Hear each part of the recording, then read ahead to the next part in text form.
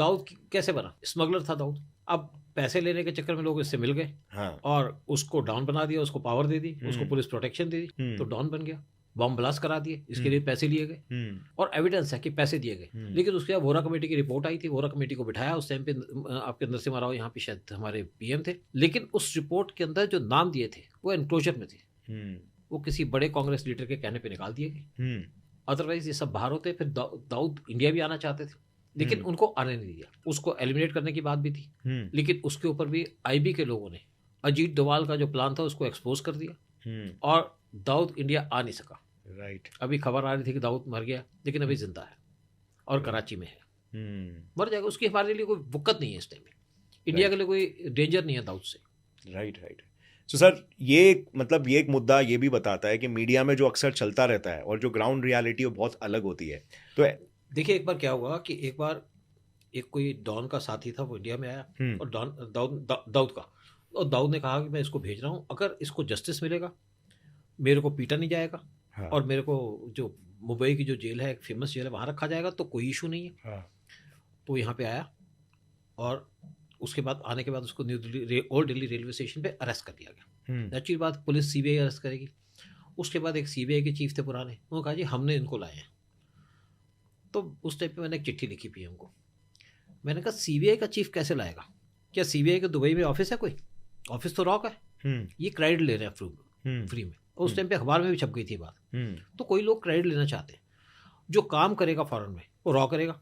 जैसे मैं लंदन में था, तो वहाँ पे एक हमें पता चला कि किसी केस के अंदर कुछ इन्वॉल्वमेंट है, क्योंकि हम इन्वेस्टिगेशन नहीं करते, हम इंटेलिजेंस इनपुट देते हैं। तो हमने सारी इन्फॉर्मेशन दिल्ली में भेजी, तो सीबीआई की टीम आई, उनके साथ मिलकर हमने काम किया।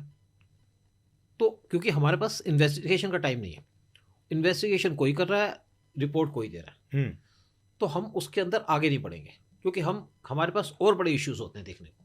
तो हम अपनी डेली बेस पे जो इंटेलिजेंस गैदरिंग होती है उस पर ध्यान देते हैं, और इन्वेस्टिगेशन जो जिसका काम होगा, चाहे ईडी का होगा उसको देंगे, चाहे सीबीआई का होगा उसको देंगे। राइट।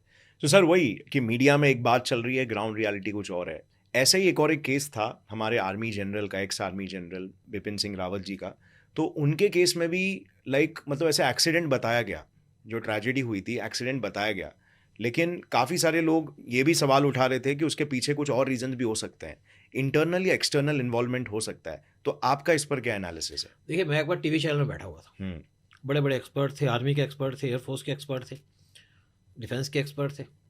तो सबसे बात हुई, किसने कहा जी ये प्लेन को इन्होंने सैबोटाज करा दिया, किसने कहा जी प्लेन में खराबी हो गई होगी, किसी ने कहा जी जो पायलट जा रहा था उसको वहाँ पे हिल्स दिखे नहीं, इसलिए हो गया। तो जब मेरे से बात की, मैंने कहा जी ऐसा है कि ये कॉन्स्पिरेसी है। तो उन्होंने एकदम मेरे से कैमरा हटा दिया कि पता नहीं क्या बोल देगा। तो कुछ देर के बाद जब कुछ नहीं मिला, तो फिर मेरे पे आए दोबारा से कि आपने कॉन्स्पिरेसी कहा था, इंटरनल कॉन्स्पिरेसी है कि एक्सटर्नल? मैंने कहा एक्सटर्नल। तो कहते हैं इसका मतलब इसके पीछे किसी का हाथ है? मैंने कहा बिल्कुल हाथ है। कहते कि पाकिस्तान का हाथ है? मैंने कहा पाकिस्तानी, एक्चुअली सैटेलाइट को यूज़ किया गया, और पाकिस्तान के पास तो सैटेलाइट है नहीं। तो कहते जी रशिया होगा। मैंने कहा रशिया अपना हेलीकॉप्टर क्यों ख़राब करेगा, वो अपनी इमेज क्यों ख़राब करेगा? तो रशिया से हमारी कोई दुश्मनी भी नहीं है। कहते अमेरिका, उस टाइम पे हमारे अमेरिका से बड़े अच्छे रिलेशन थे। मैंने कहा जी अमेरिका भी नहीं करेगा, वो तो हमें यूज़ कर रहा है कि इंडिया चाइना के सामने खड़ा हो, और हम चाइना के सामने खड़े हैं, तो वो भी नहीं है। तो कहता है फिर? मैंने कहा चाइना, क्योंकि चाइना ऐसे काम करता रहा। मैंने कहा देखिए, एक बार मैं नॉर्थ ईस्ट पे जा रहा था, कुछ नहीं रहा था, छोटा हेलीकॉप्टर था ये, तो फिर भी आपका डबल इंजन का हेलीकॉप्टर, एक इंजन खराब होगा तो दूसरा काम करेगा। तो हमें कुछ दिख नहीं रहा, तो मेरे बॉस साथ थे, तो मैंने कहा सर कहाँ मरवा दिया आपने? जी तो इसको बोलिए वापस चलो। हम आलू प्याज बांटने जा रहे थे अपने, जो फ्रंट में लोग बैठे होते हैं।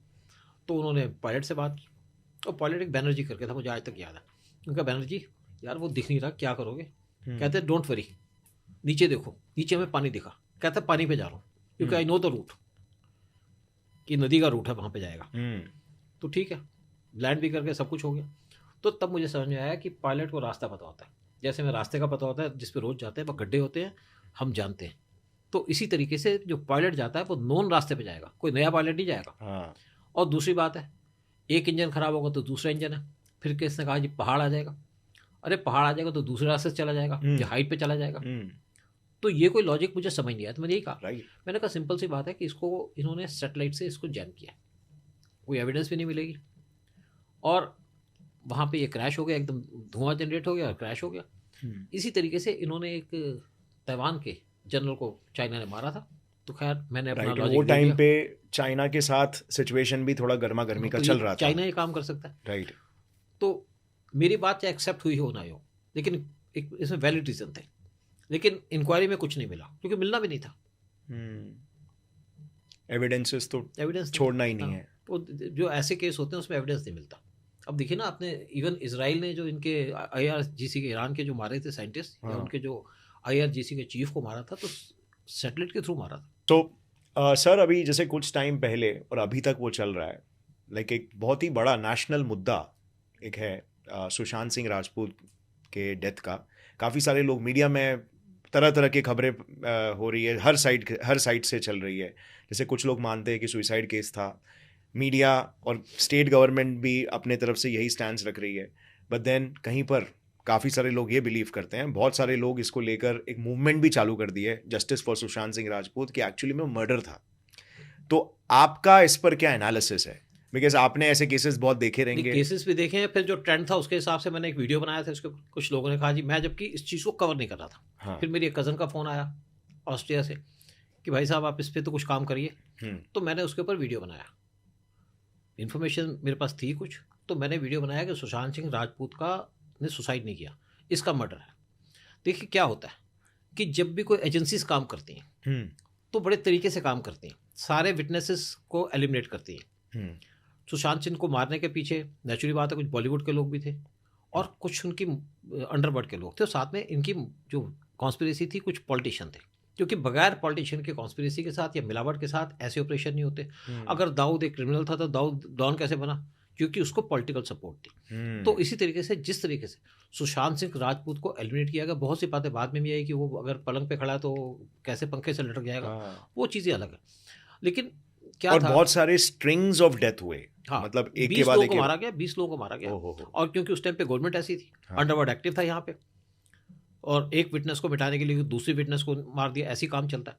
एक गलती छुपाने के लिए और गलतियां करनी पड़ती हैं। तो इसमें क्या था कि मैं कोई स्पॉट पे नहीं गया।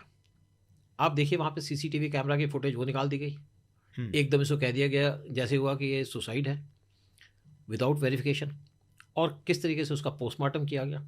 तो सारी की सारी बातें ये क्लियर बात है कि यहाँ पे इसका मर्डर हुआ, और मर्डर इस तरीके से हुआ कि जैसे इसको एक प्लान तरीके से मारा गया, प्रोफेशनल ने मारा। और प्रोफेशनल कौन मारेगा? अंडरवर्ल्ड। आप देखिए जैसे सुनंदा पुष्कर की डेथ हुई, मैंने उस पर वीडियो बनाया। उस टाइम पे जो यहाँ पे मिनिस्टर्स होते हैं उनके घर की जब रिपेयर की जाती है तो रिपेयर तब की जाती है, जैसे शशि थरूर की बात है, जब वो पार्लियामेंट का हाउस ना हो, सेशन में ना हो। लेकिन वहाँ पे तब भी रिपेयर की जा रही थी जब शशि थरूर दिल्ली के अंदर आ गए थे और लीला होटल में ठहरे थे। उनकी वाइफ और वो अलग अलग कमरे में बैठे हुए थे, अलग अलग कमरों में ठहरे थे, और ये एक मीटिंग अटेंड करने चले गए कांग्रेस वर्किंग कमेटी की, और पीछे से इसका मर्डर हो गया। जबकि 3:30 बजे तक उसको वहाँ देखा गया, बात कर रही थी। उसके बाद सारे CCTV कैमरास की जो इमेजेस थी वो निकाल दी गई, क्योंकि उस टाइम पे कांग्रेस का रूल था। और जिसके पास भी मोबाइल थे वो भी सारे डिलीट कर दिया गया, सब कुछ डिलीट हो गया। और इसका जब पोस्टमार्टम हुआ तो पोस्टमार्टम की रिपोर्ट के बाद जब केस किया, क्योंकि शशि थरूर पे आप हाथ नहीं लगा सकते, बिल्कुल बिल्कुल, क्योंकि वो वहाँ थे नहीं। तो जब उसका पोस्टमार्टम हुआ तो उसकी जब कोर्ट में हियरिंग चल रही थी, जिस डॉक्टर ने इनका पोस्टमार्टम किया था उन्होंने कहा जी मेरे पास 2 मिनिस्टर्स के यहाँ पे प्रेशर था। एक थे हेल्थ मिनिस्टर जो आपके कश्मीर के थे, और दूसरे शशि थरूर।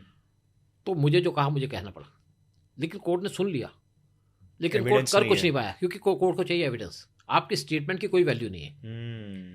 और जो आदमी उस पे फ्लोर पे पोस्टेड था, जो एक नॉर्मल आदमी होगा, वो मिसिंग रहा। और दूसरी बात है, इसमें पाकिस्तान के ICC का कैसे हाथ आ जाता है? क्योंकि शशि थरूर एक लड़की से शादी करना चाहते थे, मेहर तरार, जो एक जर्नलिस्ट है और IIC के एजेंट है। और वो उनको प्लांट करना चाहती थी इनके घर पे। और अगर एक मिनिस्टर या एक्स मिनिस्टर के पास एक IIC के एजेंट बैठ जाए तो आपको सारी पॉलिटिकल इन्फॉर्मेशन मिल जाती। और हमारे जो इस टाइप के मिनिस्टर्स हैं वो देश की सुरक्षा उनके लिए इम्पोर्टेंट नहीं है, उनके अपने पर्सनल एजेंडा वो इम्पोर्टेंट है। और इसीलिए सुशांत सिंह राजपूत के केस के अंदर कोई ना एविडेंस है, सारी एविडेंस मिटा दी गई।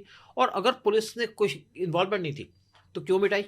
रहने देते, सीबीआई को केस भी दे दिया गया था, लेकिन जब सीबीआई को केस अनाउंस हुआ तो immediately सीबीआई सारा के कुछ- लोग जब हाँ, ये आए भी थे तभी भी उनको काफी टाइम तक रुका के रखा था, क्वारंटीन करा रहे थे, हाँ, तो राइट, बस क्योंकि वही वो शायद से एविडेंस लेकिन तो डिस्ट्रक्शन। सीबीआई के ऊपर से तो कोई लेगी नहीं, हाँ, वो उसके पास जो वहाँ पे प्रेजेंट है उसी के ऊपर काम करेगी। राइट तो राइट। एक ये मिस्ट्री रह गई।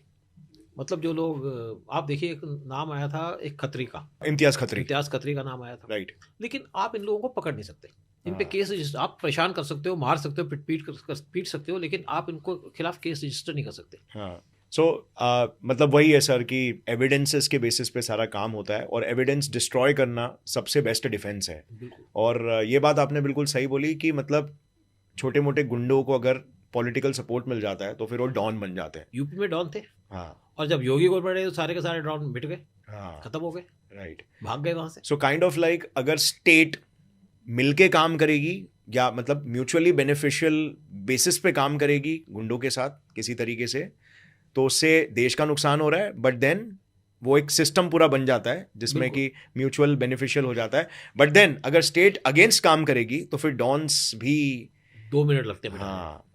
देखिए क्या होता है कि आप सो डॉन काफी टाइम तक है किसी स्टेट में, तो वो एक सवाल पूछना चाहिए देश के लोगों को, उस मतलब स्टेट के लोगों को कि आखिर इतने टाइम से क्यों है ये डॉन। तो यूपी में थे ना इतने साल तक। हाँ, अगर आपको ये क्लिप पसंद आई तो पूरे पॉडकास्ट का लिंक नीचे डिस्क्रिप्शन में। Indulge and enjoy.